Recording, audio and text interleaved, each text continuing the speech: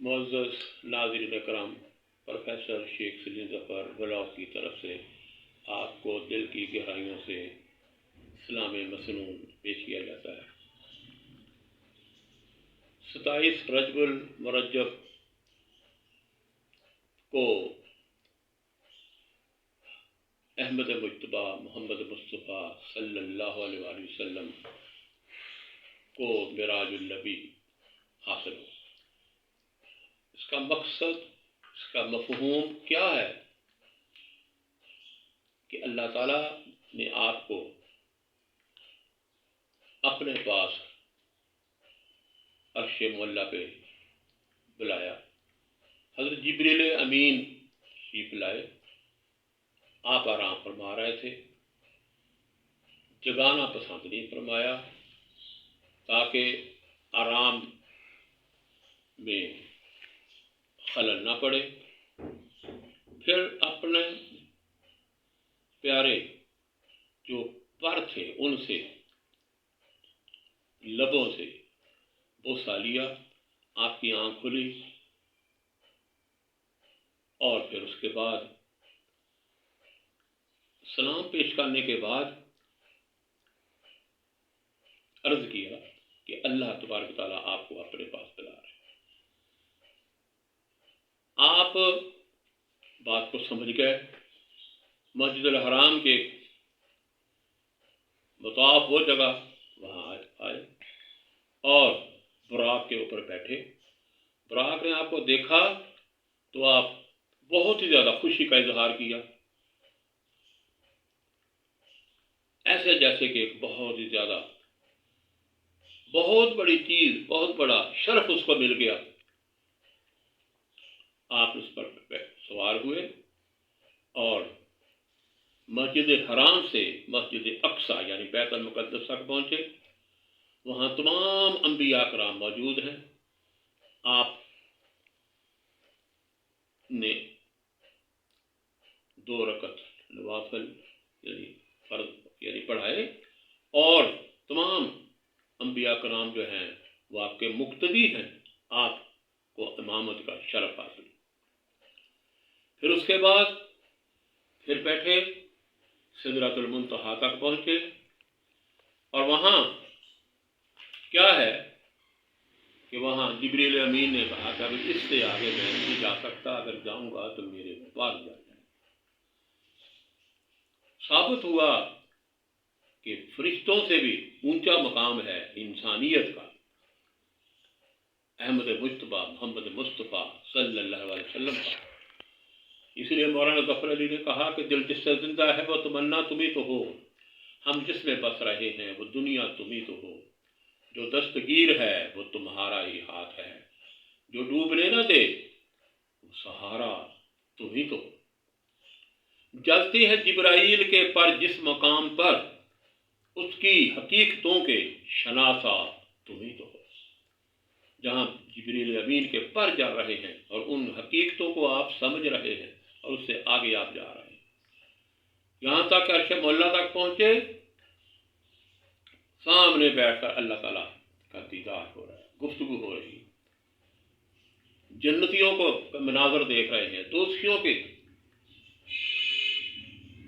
بہت زیادہ پریشان کرنے والے مناظر ان کو دیکھ رہے ہیں۔ جو لوگ نیک تھے اس دنیا کے اندر ان کو جنت میں دیکھ رہے ہیں، جو نمازیں پڑھنے والے، روزے رکھنے والے، اچھے کام کرنے والے، اور لوگوں کو برے انداز سے دیکھ رہے ہیں جو سودی کاروبار کرنے والے ہیں، شرک کرنے والے ہیں، حسد بغض کرنے والے ہیں، اور مختلف طرح کے اور جو برائیاں ہمارے معاشرے میں ان کے اندر تھیں، اور ان کو آپ جو ہے تکالیف کر دیکھ رہے ہیں۔ اور وہاں سے اللہ تبارک تعالیٰ نے آپ کو تحفہ دیا، بہت بڑا تحفہ۔ وہ کیا ہے؟ نمازوں کا 50 نمازیں، کہا کہ آپ کی عمر جو ہے 50 نمازیں۔ آپ واپس ہوئے، راستے میں موسیٰ علیہ السلام ملے، کہا کہ آپ کی عمر یہ اتنی نمازیں نہیں پڑھ سکے گی۔ واپس اللہ کے پاس، اللہ تعالیٰ کے پاس تشریف لے گئے، کیا ہوا 50 کی 40 رہ گئے، پھر گئے، پھر 30 رہ گئی، پھر گئے 20 رہ گئی، پھر اس کے بعد حصہ 10، دوبارہ پھر یہ کہا کہ اب مجھے تو حصہ، طبیعت کے اوپر ایک اثر ہو رہا ہے. تو اللہ تعالیٰ نے کہا کہ آپ کی امت جو ہے نمازیں 5 پڑھے گی لیکن ان کو ثواب 50 کا ملے گا. تو کتنا بڑا، سب سے بڑا جو گفٹ، سب سے بڑا جو انعام اللہ تعالیٰ نے حضور اکرم صلی اللہ علیہ وسلم کو دیا، اور کہا کہ امتیوں کو، اپنی امتی کو جا کر بتائیں کہ یہ سب سے بڑی بات جو ہے اقیم الصلاۃ وآتوا الزکاۃ، نماز قائم کرنا ہے. اس لیے حضور اکرم صلی اللہ علیہ وسلم نے فرمایا الصلاۃ معراج المومن، کہ نماز جو ہے مومن کی بھی معراج ہے. پھر فرمایا بندہ مومن اور کافر کے درمیان فرق کرنے والی صرف اور صرف نماز ہے. پھر ایک جگہ آپ نے صحابہ کرام کو پوچھا کہ اگر کسی کے گھر کے سامنے نہر بہہ رہی ہو، وہاں 5 وقت وہ اس میں غسل کرے تو کیا اس کے جسم پر کوئی میل کچا رہ جائے گی؟ کہا کہ نہیں، بالکل نہیں. کہا کہ یہ نماز کی یہی پوزیشن ہے، جب 5 وقت آدمی نماز پڑھتا ہے، اپنے جسم کو پاک صاف رکھتا ہے، کپڑوں کو پاک صاف رکھتا ہے، تو اس کی بظاہر جو جسمانی غلاظت وہ ختم ہو جاتی ہے، طہارت آ جاتی ہے، اور اس کی روح بھی پاکیزہ ہو جاتی ہے. اور نماز کے بارے میں قرآن کیا کہتا ہے؟ الصلاۃ، نماز کیا کہتے ہیں؟ ان الصلاۃ تنہی عن الفحشاء والمنکر، کہ بے شک نماز جو ہے فحاشی اور بری باتوں سے روکتی.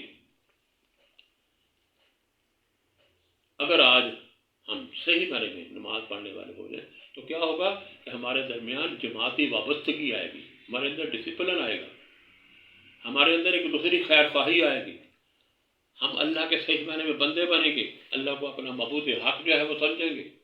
پھر کیا ہوگا کہ اللہ تعالیٰ کی رحمتوں کا ہمارے اوپر جو ہے وہ نزول ہوگا. تو یہ رات جو ہے اس کا بڑا مقام ہے. اسی لیے کسی نے کہا ہے کہ اشک ندامت بہاؤ طلبگارو، سجدوں میں گر جاؤ، کھلے ہیں در محبت کی، یہ شفاعت کی رات ہے. یعنی جہاں جو ہے اللہ تبارک تعالیٰ جو ہے شفاعت کر رہے ہیں، گناہوں کو بخش رہے ہیں، پریشانیوں کو دور کر رہے ہیں. بیمار ہے تو اس کی صحت دے رہے ہیں، پریشان حال ہے تو اس کی پریشانی کو اللہ تعالیٰ جو ہے وہ ختم کر رہے ہیں. اسی لیے پھر کسی نے کہا کہ سر کو سجدے میں جھکاؤ، سر کو سجدے میں جھکاؤ. کیوں جھکاؤ؟ یہ بخششوں کی رات ہے، بخششوں کی طرف آؤ، یہ بخششوں کی رات ہے. پھر وہ کہتے ہیں آج ہر عاصی کی معصیت مٹا دے اے خدا، بخششوں کو بخششیں کر دے عطا، یہ بخششوں کی رات ہے. پھر آخر پر وہ کہتے ہیں بولی رحمت دھل گئے ہیں سب گناہ تیرے ظہیر، اب نہ رو چل گھر کو جا، یہ بخششوں کی رات ہے. تو کتنی بڑی رات ہے، لیکن ہم اس کو آرام سے گزار دیتے ہیں، سوئے ہوئے ہیں. نماز عشاء کے بعد کیا ہے کہ ہمیں چاہیے کہ ہم نوافل پڑھتے، نوافل پڑھیں، قرآن پاک کی تلاوت کریں، اور ہماری ساری پریشانیاں. اور پھر اس کے بعد کسی نے جو ہے کس طرح خوبصورت جو ہے وہ کہا ہے، چند اشعار جو ہے وہ آپ کے سامنے پیش کیے جائیں گے، پھر اس کو ہم آپ سے اجازت لیں گے. کیا کہتے ہیں؟ سر لام کہاں سے طلب ہوئی، سوئے منتہا وہ چلے نبی، سر منتہا بھی کہاں رکے، سر لام کہاں وہ چلے نبی، بلغ العلا بکمالہ. تھا سفر زمین سے عرش کا، سبھی کچھ ٹھہر گیا فرش کا، لگا روح جسے نکل گئی، تیری واپسی سے ہے زندگی. وہ بڑھے چلے ہو کس طرح، کوئی جانے کیسے بھلا وسائل راز و نیاز ہے، وہی جان جس کا معاملہ بلغ العلا بکمالہ۔ دعا ہے کہ اللہ تبارک و تعالیٰ ہمیں ایسی راتیں، خواہ وہ معراج شریف کی رات ہو اور رمضان شریف کے اندر لیلۃ قدر کی رات ہو اور 15 شعبان کو شب برات ہو، ہر تمام ان راتوں کا ادب کرنے کی ہمیں توفیق عطا فرمائے۔ ہم صحیح معنی میں نماز پڑھیں، نوافل پڑھیں، قرآن پاک کی تلاوت کریں، اور ہمارے تمام مسائل جو ہیں کیا ہوگا؟ اللہ تبارک تعالیٰ کی رحمتوں کا نزول ہوگا، ہماری تمام نواز ہماری تمام پریشانیاں جو ہیں وہ ختم ہو جائیں گی۔ اس لیے کہا جاتا ہے کہ دل جس سے زندہ ہے وہ تمنا تمہیں تو ہو، ہم جس میں بس رہے ہیں وہ دنیا تمہیں تو ہو۔